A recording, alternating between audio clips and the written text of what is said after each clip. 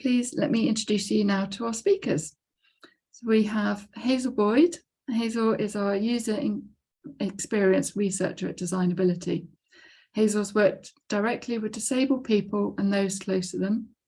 The results of the research fed directly into the design work and subsequent design guidance. Hazel also sat on the steering group for the BSI standard. Hi.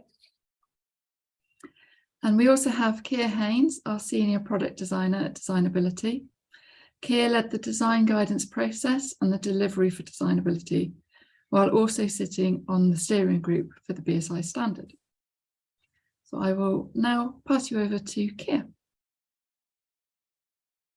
Thank you, Claire, and welcome everybody to our webinar today. This webinar is specifically aimed at procurers and commissioners of public EV charging and associated infrastructure. So whether you work for a local authority, you're a site owner, charge point operator, perhaps involved with highways or a motorway service operator, basically anyone involved in decision-making process for procuring and installing public EV charging. We're also running a webinar tomorrow, which is more focused on design and manufacture of EV charging units, including suppliers to the EV industry, for example, cable or socket manufacturers. So if you're interested in that, then please register or share with colleagues and contacts who might be. Okay, so what we're going to cover today, we're going to look at why you should consider accessibility, why it's important, how we as Designability developed this design guidance, how it relates to the British standard that Claire mentioned. So some of you may be aware of PAS 1899, which launched in October. We'll explain how this design guidance relates to that. And then we'll explore the three sections of our design guidance and this to give you an understanding of the type of provision you should be seeking to provide to enable maximum accessibility. So whether that's signage and information you provide to all charge point users, aspects of the built environment you should consider on the sites you choose to use, and features of the charging process and charging units, designs to be aware of when selecting charging hardware for your sites. We'll then also point to some other useful resources which are available on the design guidance website, and then imagine what you might do next in terms of moving towards accessible charging. And as Claire said, there'll be time at the end for questions. Okay, so why consider accessibility? We've been working at Designability in partnership with Motability, the charity. We began that work 2 years ago now, so it was January 2021. Motability had already done some pre-work with Ricardo, engineering consultancy, and RIDC, Research Institute for Disabled Consumers, understand a bit more about the challenges and the opportunity here to improve accessibility. So just some numbers for you to start. So that research done by Ricardo estimated that by 2035, there will be almost 3 million disabled drivers or passengers in the UK, and that roughly half of those will be partially or fully reliant on public EV charging. People that perhaps don't have provision at home or on longer journeys would need to charge in public. And the way the Motability scheme works is that disabled motorists have access to a vehicle which they lease through the Motability scheme. And so over 600,000 Motability scheme customers by 2035 will be EV users because they have their lease renewed every 3 years. And by 2030, there'll be no petrol or diesel vehicles sold in the UK. So they'll all be EV users. Work done by REDC identified the lack of accessibility across the public EV charging infrastructure, and that's supported by the work that we've done since. And the other consideration for accessibility is if we can improve accessibility for people with disabilities, then inevitably we improve the charging experience for all. So just to summarise the vision for public EV charging, it's that no one is left behind in the transition to electric vehicles, and the EV charging infrastructure needs future-proofing now for accessibility in the future. Just to give you an idea of how many charge points we have in the UK, we're at about 10% of what is estimated we need, which is 300,000. So the opportunity is to influence that 90% and then with that 10% of kind of legacy infrastructure to improve that as well, so that almost all of charging infrastructure in the UK will be fully accessible. So that's the vision. That's what we want to achieve, and it's a shared vision with the Motability. So how was this design guidance developed?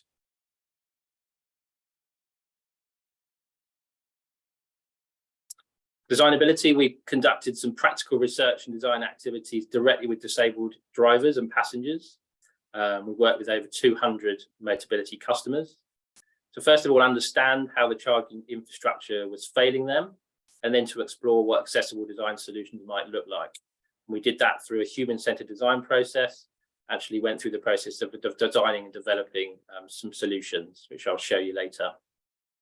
And then the outcome of that work is to develop and disseminate this knowledge further with industry through the design guidance, and also through our participation on the PAS 1899 steering group.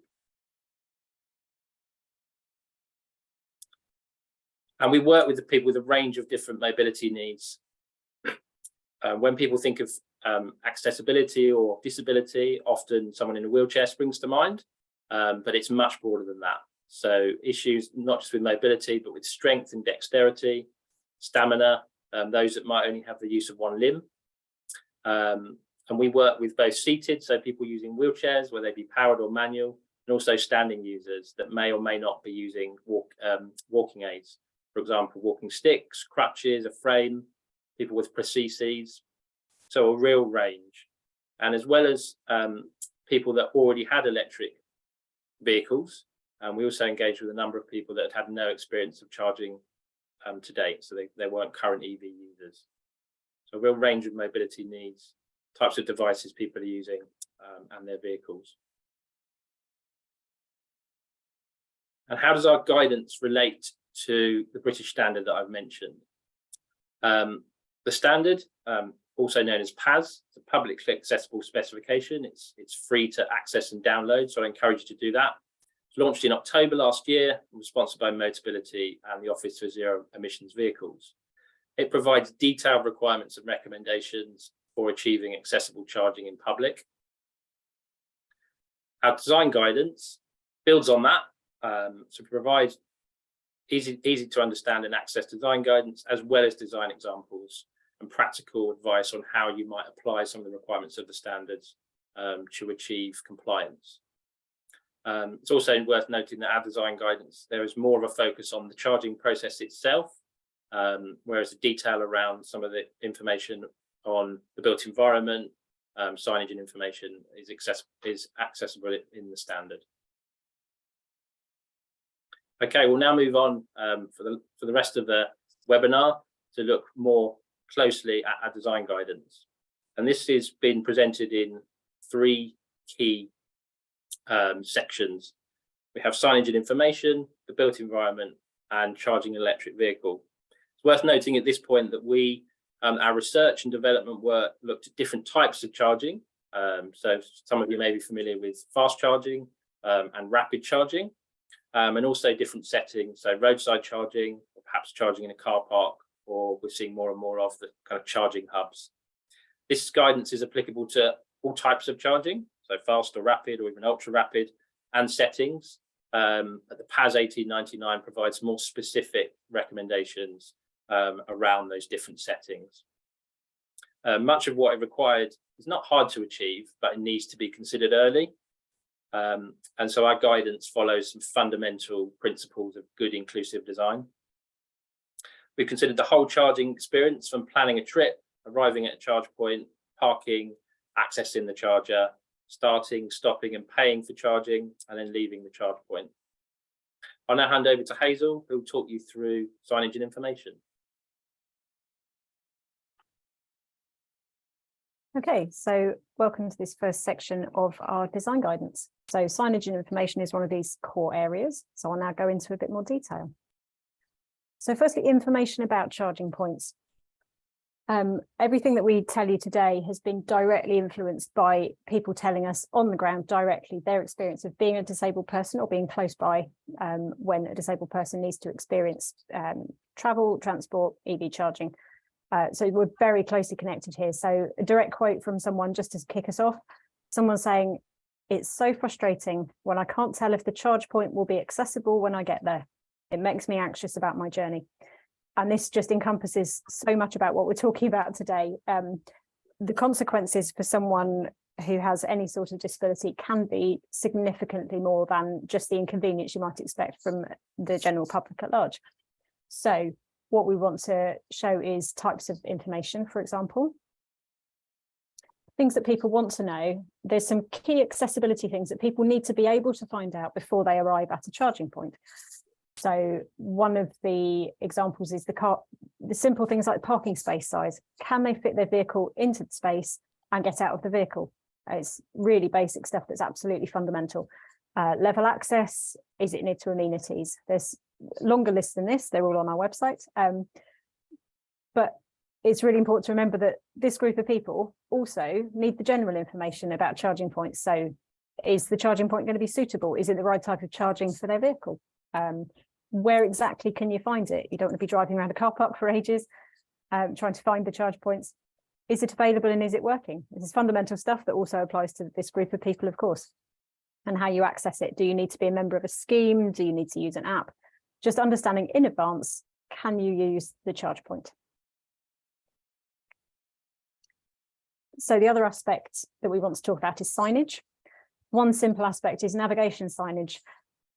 It's a really simple and important thing. Just let people know how to find the charging point. So someone said to us, "I hate it when I get to a car park entrance and it takes me ages to find the charge points." So, you know, there's no reason for us to waste people's time. Good design in this regard is really simple. Just let people know where they can find the charging points using simple signage. And then once we reach the charging point itself, we're probably all familiar with the idea that in any car park, there's lots of small print. It might be hard to read. There might not be very well lit signage, or the sign might be in the wrong place. But some key things that we would argue are important requirements that people told us about directly were making it very clear. So the left-hand image here is an image of a sign talking about as a symbol, and this is electric vehicle charging only. And importantly, it mentions in this example that there's a maximum of 3 hours parking. So there is a time limit for charging. It also clearly says that parking charges apply. That catches people out. People with blue badges get parking tickets in this scenario, and it's avoidable. The sign in the middle indicates that a type 2 charger, not only in words, but with a symbol, so people can recognize the type of connector as they look at their own one themselves, and indicates a power rating. And it also indicates the scheme, or how you might use how you might pay for the charging using contactless or using a scheme card or an app. And the third sign we have in front of us just illustrates a simple step-by-step list of instructions at the charge point of how to use the charge point. It sounds very obvious, but it's often not done, and it makes a huge difference. So I'm going to pass over now to Keir to talk about the built environment aspects around the vehicle and the space around charging. Thanks, Hazel. So as Hazel said, when we refer to built environment, it is the parking space itself and the kind of hard standings around that area. So, for example, if it's roadside, curbs and pavements, or further afield, there may be access to other facilities. If we move on to the next slide. Okay, so really key one, and probably the biggest one in terms of the built environment, is having enough space. We know from existing disabled parking spaces that there is additional provision, and in this example we can see that in the yellow hatching. This is obviously important for disabled users of EV charging points, and this enables people to have enough space to move around the vehicle and to the charge point, whether that's walking with crutches or a walking frame which requires more space, or wheeling around as in this example. Also for people who might not be using any mobility aids at all, just an ability to open the door fully so they can swing their legs out of the vehicle in order to get out. One thing I learned on this project was, I always assumed that the hatch spacing was for wheelchair access and for those with kind of wider mobility aids, but most of the people we spoke to needed it just to get the door wide enough open. If we then look at the space at the front and the rear of the vehicle, or both ends of the vehicle. This is really crucial. One of the challenges we experienced again and again with some existing parking provision at EV charge points was that once you're parked, not having enough space to then access the charger, which may be in front of the vehicle. So there needs to be enough space once you're parked safely to be able to access between the charge point and the vehicle, whether that be the front or the rear of the vehicle. Noting that people need to park in different orientations, whether that's for access needs. For example, here we've got a hoist in the back of the vehicle, which is holding a wheelchair, or because some vehicles have the charging socket on the rear of the vehicle, which might mean that someone wants to reverse in. So really important to have access at the front and at the rear. Also worth noting, and I missed it on the last slide, as well as access for mobility aids and for the individual to navigate around the car, also deployment of things like ramps or side lifts. So that space is important, that protected space is important in order for that to happen. And you can see a diagram here just in the top right, which is taken from the British Standard, which just demonstrates best practice. So you can see here the hatch space at the front and the rear and at the sides of designated parking area. Now looking at the charging unit position, one of the challenges that we observed was poorly positioned charge points. So we've got a couple of images here showing what impact that could have on someone trying to access the charge point. Commonly, this would be obstructions between the charge point where the individual is accessing the charger.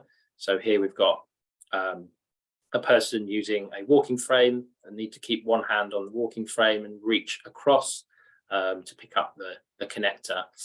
This person is at full reach and wasn't actually able to. They're able to touch the connector but not able to lift it. And then in the photograph in the middle, again, this charging unit has been located such that the socket is on the side. And there's a curb, so the person in the wheelchair is not able to get close enough because of that curb in order to access the charger.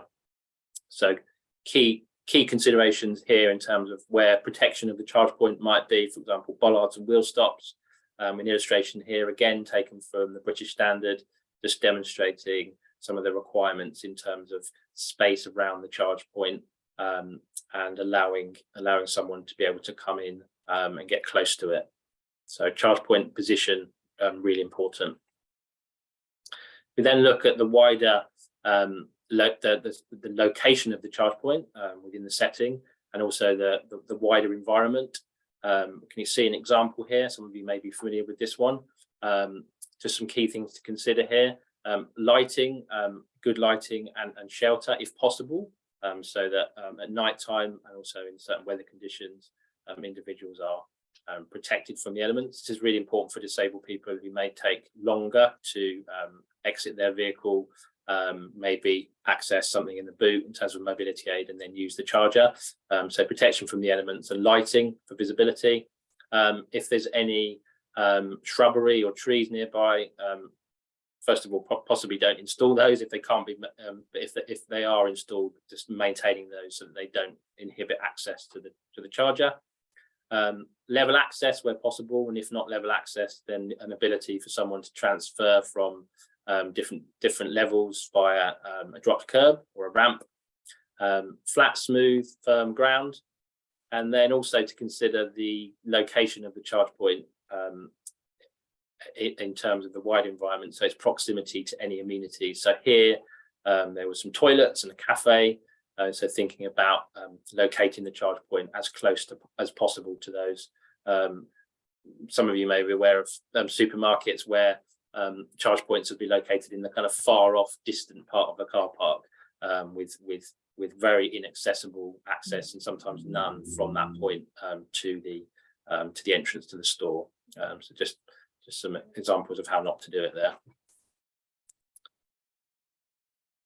We're now going to look at the charging process itself, so charging an electric vehicle, and I'll hand back to Hazel to begin on this section. Okay, thank you, Keir. So starting with the core idea that anyone using a charge point needs to be able to see, reach and use every part of the charging unit. It sounds so obvious, doesn't it? So we mean particular things by these three aspects. So in terms of seeing, every feature on the unit, if you picture yourself standing in front of a unit, sitting in front of a unit in a car park, trying to work out what to do if it's one you haven't seen before, every aspect that you have to interact with must be recognizable. If you think to yourself, which part is the socket, it must be obvious and recognizable. It's also got to be visible. So if you have a black socket in a black background, in possibly not very bright lighting, that's much harder to see than if you deliberately make it visible. Reach is a key aspect of any element of the unit, both horizontal and vertical reach. So as we saw previously, if you put a curb in the way and you mount the unit far back on a curb such that someone has to reach a long way forward or sideways to reach it, that's avoidable. It doesn't need to be like that. And vertical, we'll talk about some height details later on. Here we'll come on to that more, but vertical reach, expecting people to reach upwards from a seated or standing position, or for very tall people to reach a long way down, also can really inhibit accessibility for people. In terms of use, people need to be able to use every element of the charging unit that they have to interact with. So this will include gripping, lifting the connector, perhaps pushing and pulling actions, and importantly, potentially using just one hand to do those things, because they may only have the use of one hand, or one of their hands might be tied up using a mobility aid, a walking stick, for example, or someone might need to use two hands but doesn't have a great deal of strength. So there's a lot tied up in there, and all of this applies to people who are seated in a mobility scooter or wheelchair, or who are standing. And maybe we encountered some people who were tall but had arthritic backs and couldn't easily bend down. So the idea that if you just create things low enough, everyone can bend down is absolutely not the solution. Okay. The other aspect, if we look at primarily looking at interfaces and process, then the idea that, of course, everyone has to be able to start, stop and pay for charging in some way. So just some key ideas around this. We've got some examples on our website of what we've developed ourselves to give you some inspiration. But the key to this is to make the process as simple as possible. So have as few steps as possible. If you can automate any of the steps so people don't need to enter information, so much the better. Provide a choice of format or method where you can.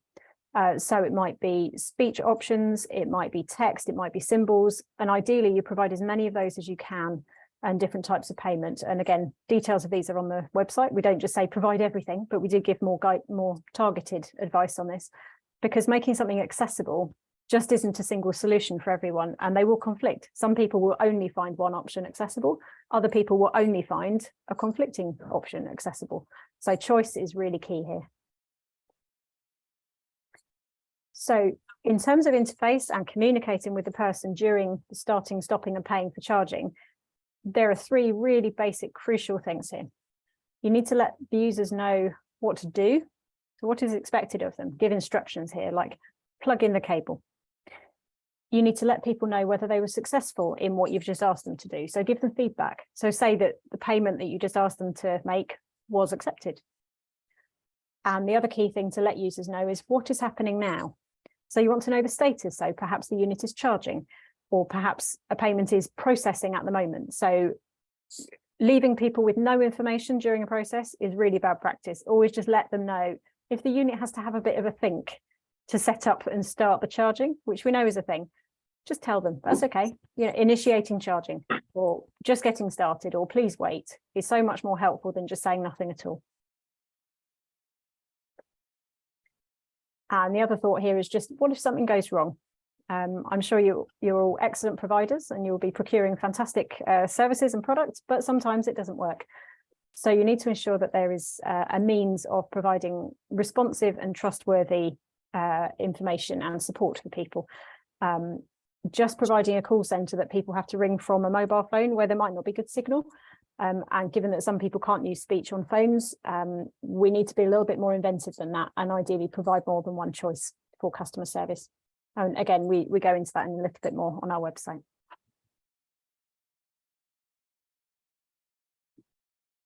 So now I'm going to hand over to Keir, who's going to talk about some of the more physical aspects of the charging units themselves, some of the components. Thanks, Hazel. Yeah, so I'm going to focus now on charging units themselves. And I think one of the biggest barriers, biggest challenges, and one I'm sure you'll be familiar with, is how you interact with and how you use the cables and the connectors. And what we observed when working with a number of disabled people with a range of different needs, in terms of issues with the cable, the features of the cable in terms of the length, and when I talk here mostly about rapid charge and ultra rapid, so these are tethered cables that are attached to the units, but even with fast charging, where you may have your own cable that's stored in the vehicle, length is still an issue.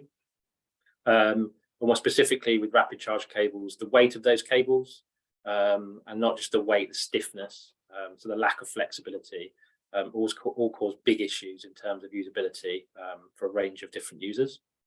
And then on the end of the cable, what we call the connector, the design of the connector, these are fairly generic, which arguably is a good thing. There's some standardization there, but they actually have very limited grip options. So I've just got some examples here. So it tends to be only sort of one place that you can kind of grip it and hold your hand, whereas you may actually need to support the cable, given its weight and its stiffness, in different ways. Just a note here, and as you can see some images, we went through, as I mentioned earlier, a design and development process. And if any of you were at the London EV show in at the end of November last year, you would have seen these prototypes. So although these are not commercial products, we used a design and development process with disabled people, very much a part of that process, evolving the design with us and giving us feedback and testing them to help us understand what more accessible design solutions might look like. So on the left-hand side here, you can see a fast charge unit with a socket on it, and then the larger unit you see is a model or a prototype of a rapid charge unit, which helps us to demonstrate some of the aspects around cables, connectors, and also the interface. So if I move on now to talk about requirements for cables, so one of the key considerations is, given the weight, is how do we support the weight?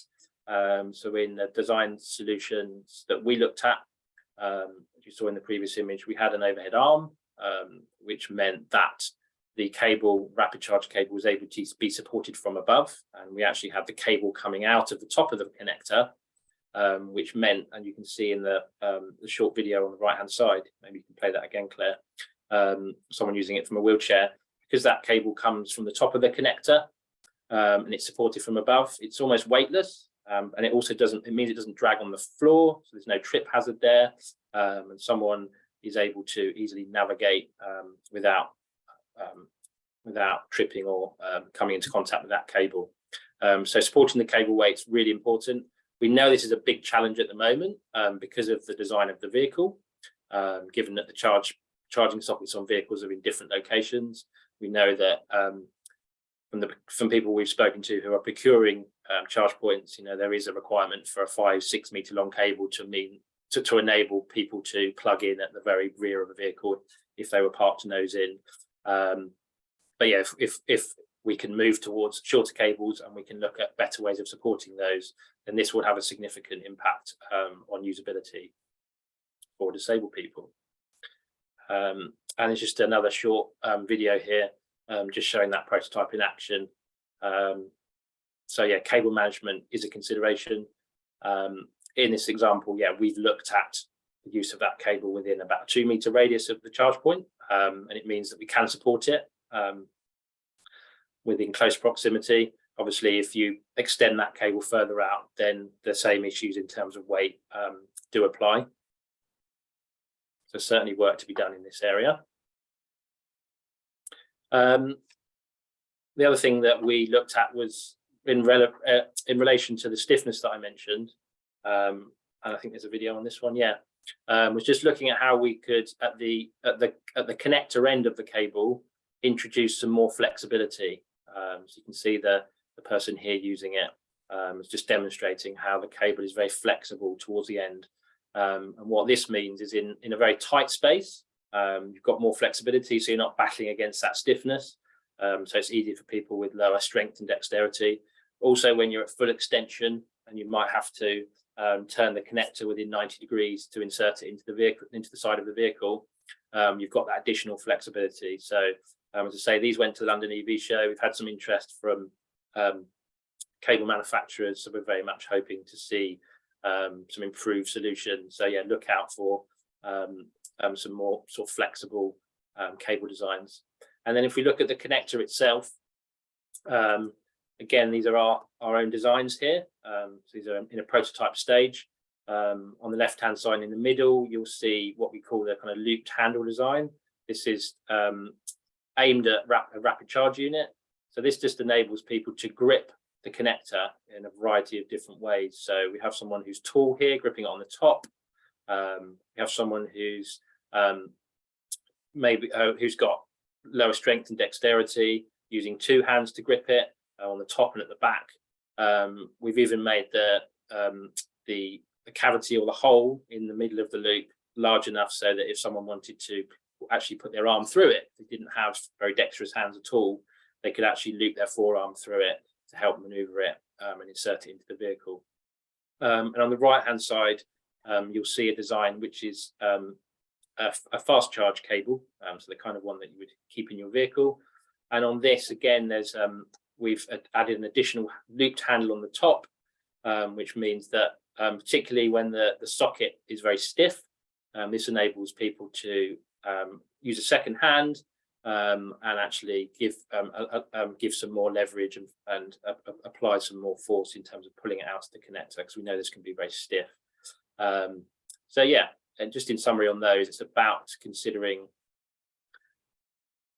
different grip positions and different ways in which people can hold them. And again, with these connector designs, we are talking to people and hoping that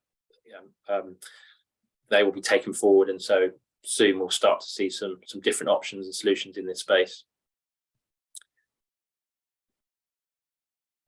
Okay, and then finally, I think this is the last part of this section.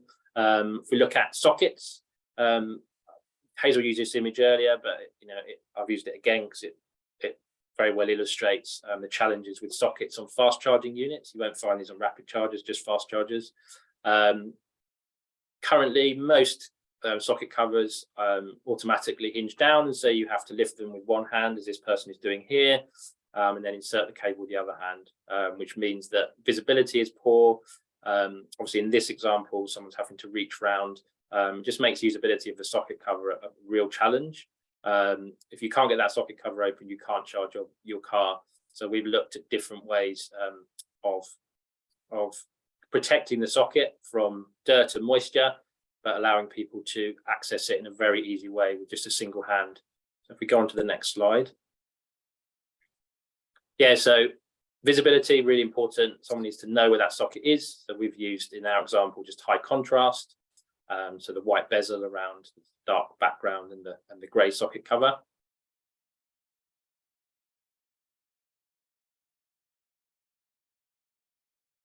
The height of the socket's really important. Spent quite a lot of time with different users trying to find a common height that would accommodate, as Hazel said, tall users that might not be able to bend down, but also wasn't too high for someone who might be using a wheelchair but had limited mobility in their arms, so they couldn't kind of lift their shoulder or even their elbow from their lap. So you will find some guidance in the British Standard in terms of the specific heights. But what we're illustrating here is that there is an opportunity with socket heights. It also applies to the holsters for rapid charge units, where you place the connector at a common height that enables both seated and standing users of different heights and statures to be able to access the same unit.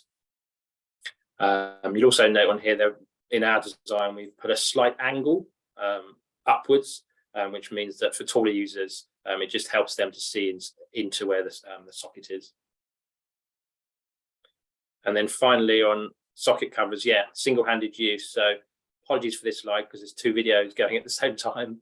But yeah, as you can see in both of these examples, person using them is using a walking aid, and in both examples they are able to insert the connector with the use of just one hand.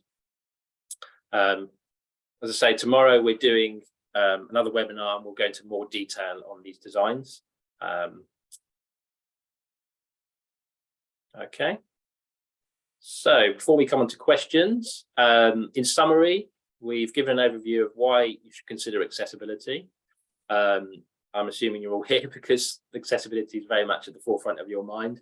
But yes, it's useful to give some background on this work. And just on that, in terms of in the UK, because of the Motability scheme, not every disabled motorist is on the Motability scheme, but there are a significant number that are. Because of that lease scheme, because those people are using new cars, modern vehicles, and because those Motability scheme customers, therefore by 2035 will all be using EVs, that's kind of unusual. They're not the earliest of adopters. That tranche is kind of already gone, but they will be. Then we will make up a significant portion of EV users in the UK, more than for other new products, and so that's another reason why it's really important that they're able to access the public EV charging infrastructure. We've given you an understanding of how we develop design guidance with disabled people. As I say, the webinar tomorrow will go into a bit more detail on that in terms of the design process and how we worked with disabled people to come up with those solutions. And I hope we've given you, although not exhaustive, and we'll come on to that on the next slide, an understanding of the kind of key considerations in the three areas we presented, both for signage and information, the built environment, and aspects of the charging units and the charging process itself. So also on the design guidance website, if you haven't already visited it, you'll find some more depth around the purpose of the guidance, the scope of that work, how we developed it and how to use it, and a bit more about the wider work of designability. We've also got a section on the website called the basics, so that if you're not familiar with electric vehicles at all, and the charging speeds and connectors and charging types, there's information about that, as well as information on the types of mobility aids that people use, disabled people use, and also the adaptations that they may have to their vehicle.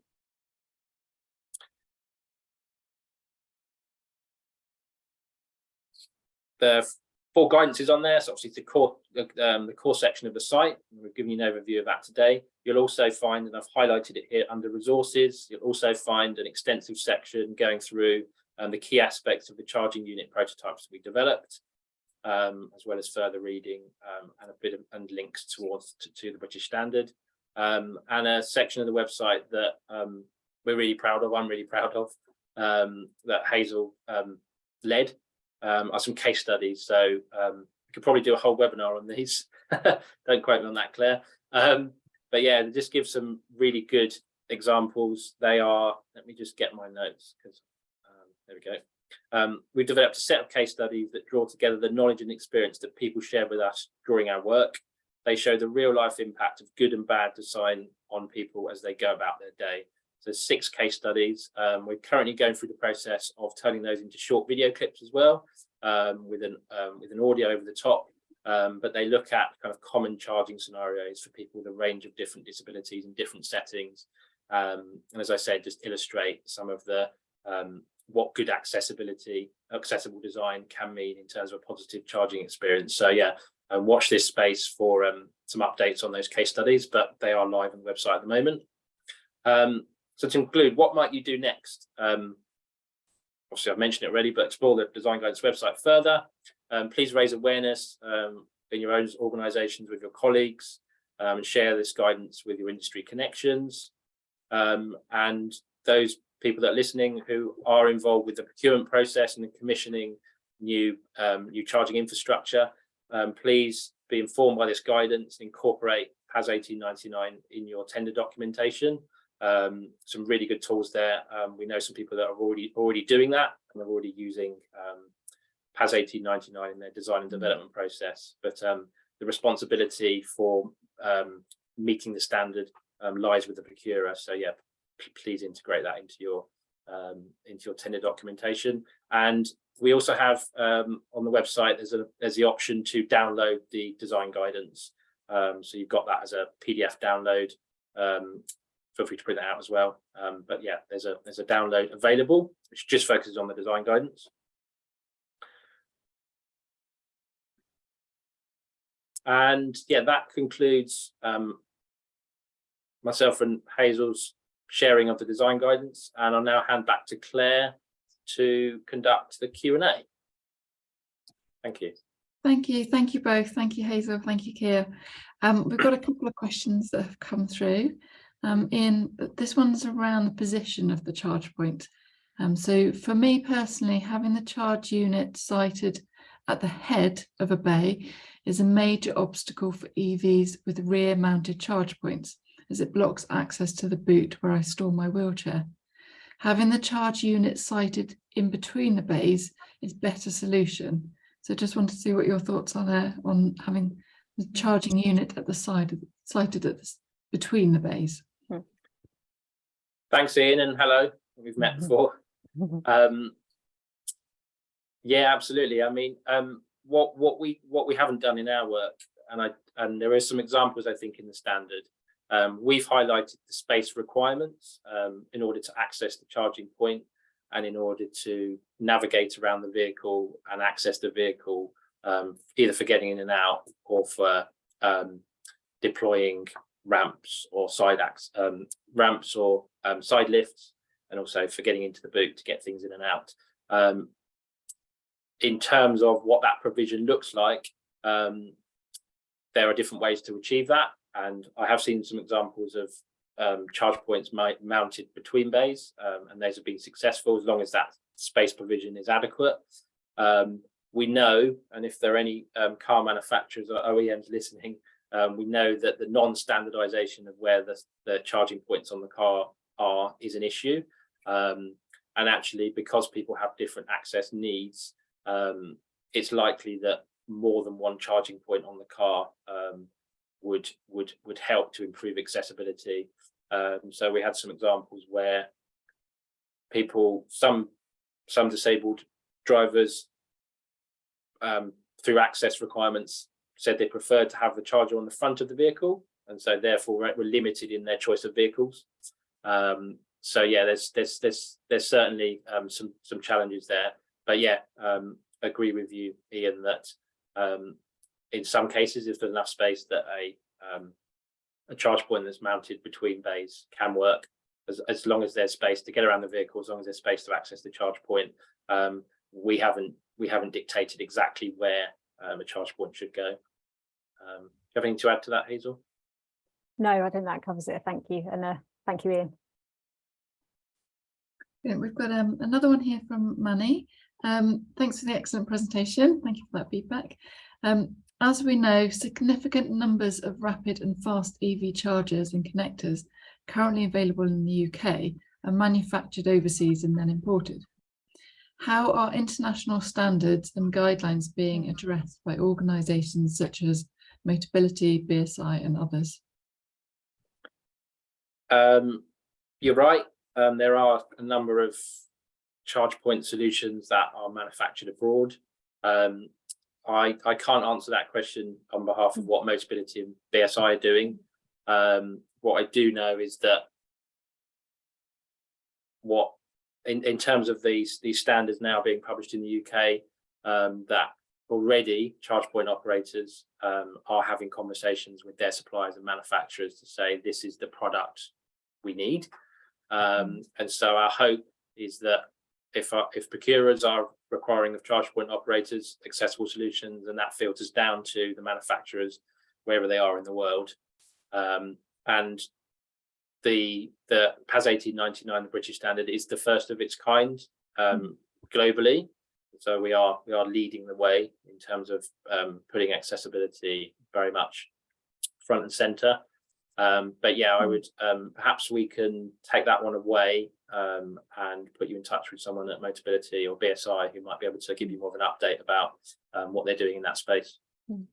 I think just to add to that, my understanding is that there's been kind of exploration with other countries who are also very interested in this, and the early responses from those other countries is, oh, we're really glad you're looking at it. We're watching you to see what you do.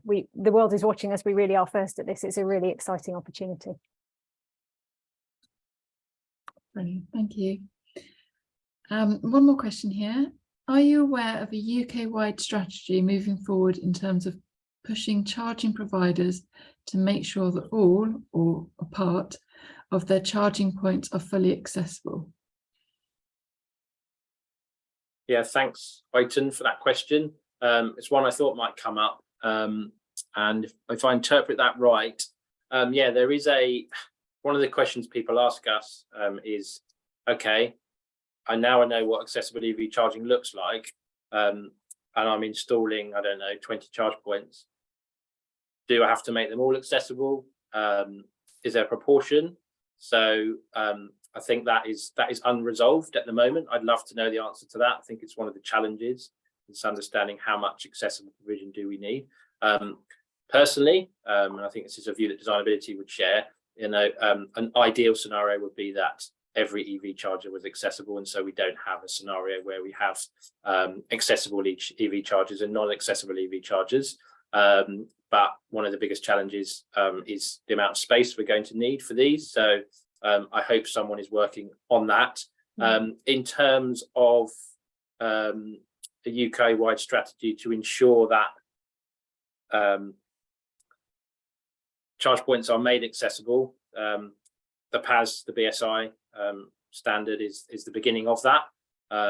It's not a mandatory requirement at the moment, but all the signs we've had from industry are that they are taking it very seriously and want to provide the best experience possible. And so accessibility very much is a key part of that for them.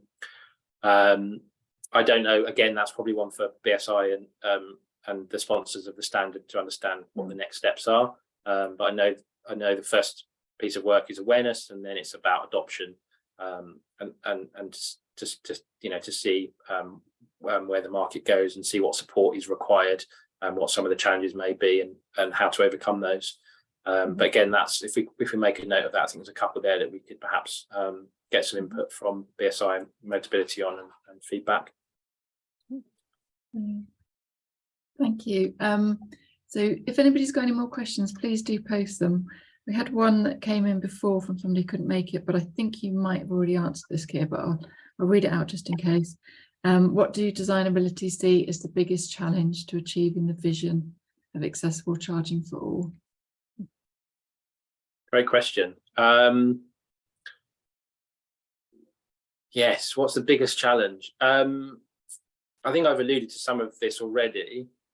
And I think it came up in the presentation as well, but reliability, even though it's not about accessibility, has been an issue in the past. And so I still see that as a challenge as we have more and more charge points. Having said that, reliability of installs is improving. And one of the aspects to that is at the moment there are multiple steps to that kind of starting, stopping and paying for charging. And we know that there's technology out there that can remove those steps. So it's technology called plug and charge, which means that a bit like, I guess, your electricity meter at home, it's connected to your house, but like it could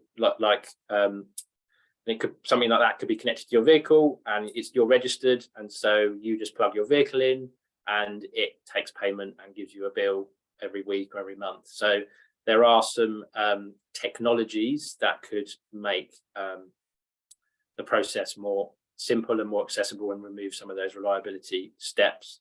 One of the challenges with that is our vehicles and vehicle manufacturers. There doesn't seem to be an uptake of that type of technology and standardization. I mentioned earlier the location of the socket on the vehicle. I think the biggest challenge that we can't solve quickly is the fact that there still will be heavy, long, stiff cables on rapid charge points. If we could be more flexible with the vehicle design, where we place the sockets, then that should lead us towards having shorter, therefore lighter cables, and we can start and look at ways to, as we've done, to support those. The example I use is Tesla, because Tesla designed the whole system. So the interface is in the car, so the charging unit doesn't have an interface as such. You just plug the cable from the Tesla charger into your vehicle and it does everything else for you. And because they have, with the Tesla superchargers anyway, because they've got their own parking spaces, the chargers are always in the same place, and the socket on the car is always in the same place. Okay, you have to reverse the vehicle in, which could cause some access issues in terms of having enough space to access the boot, but that's just an issue around space. So more space could be provided. So yeah, I think those are probably some of the challenges is technology and the kind of different technologies kind of competing, reliability. Have you got anything you would think, Hazel, in terms of sort of big challenges? No, I think that covers probably the key things for us there. We could probably do a webinar on what we think are the main challenges. So yeah, I think that's a good starter. Yeah, I think there's there's some where we look at things like signage, and I think some people might look at that and go, "Oh, that's really simple? Isn't that been done already?" And actually, sometimes it isn't. And it's worth noting that with our research work, we saw some bad examples, but we also saw some good examples. So some of what we presented today won't be new to you necessarily. The design guidance just brings all the good practice together into one place. Yeah. We've got one more question that's just come through, or two more. It's brilliant.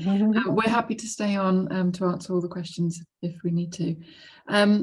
Thinking about improving grip options for existing charge point units, is there a role for supporting tools that can assist with handling cables? For example, lightweight devices that can easily be attached to different cable sizes to add an additional point of contact with improved or alternative grip options. Yeah, thanks for that question. I don't know if you can zip up the slide slightly, Claire, to maybe just keep going till I say stop. Yeah, when we looked at the fast charger, you may have seen in the image, there we go, yeah, so that one's fine. There's a looped handle we placed on top of a conventional fast charger, and that may not be a design that everybody has, like every EV user, but certainly if car sellers, resellers, vehicle manufacturers are aware and assess somebody's accessibility needs, maybe that's done through partnership with Motability, then they might suggest if additional grip positions and handles might be needed for a particular user, they would give them a certain cable, or someone could purchase one of those themselves. Generally, the idea of kind of having something a device that you have that you attach to different things isn't as reliable, because you have to actually fix that on. But we've also looked at, you could have a generic design that has some things that could be permanently fixed or removed. I hope that answers your question. I think retrofitting always comes with complexity. It's really appealing, and I think in some cases it can work, but if it were a rapid unit, for example, the user is going to need to be able to easily and comfortably put this extra helping item onto the cable and take it off again themselves. So yeah, just to note, it's appealing. I think there is a place for it, and I think our usual approach of do lots of testing with users would be the answer to how best to do that. Yeah, and there is, just worth noting, there are some people that organizations that are working on, particularly for the fast charge cable that you keep in your vehicle, ways of kind of managing that, whether that's a sort of spool that goes in your boot that means that it's kind of tidied away and you don't end up with a tangle. There's an organization called Dooku that have done some really good work recently in managing a tethered cable so that it doesn't tread on the ground. Yeah, so people are aware and are working on things. More questions? And then we've got another one here, approved document S. I'm not sure if you understand what this means. Approved document S provides some guidance on the number of EV charging points, but doesn't state the number of accessible units. Maybe we might need a bit more expansion on that. I'm not familiar with approved document S itself, but I understand that the idea of allocation of how many accessible units should be, I believe that falls under the remit of OZEV. Keir, I think that's right. We can get back to you on that if that's helpful. Yeah. But I think if you want to contact OZEV about that, I think it doesn't come up directly in the PAS because it hasn't been, I don't think it's in the remit of BSI to specify that. Yeah, but it's I more of think it's an OZEV question. It's going to be more of a policy making decision, but yeah, thanks for pointing that out.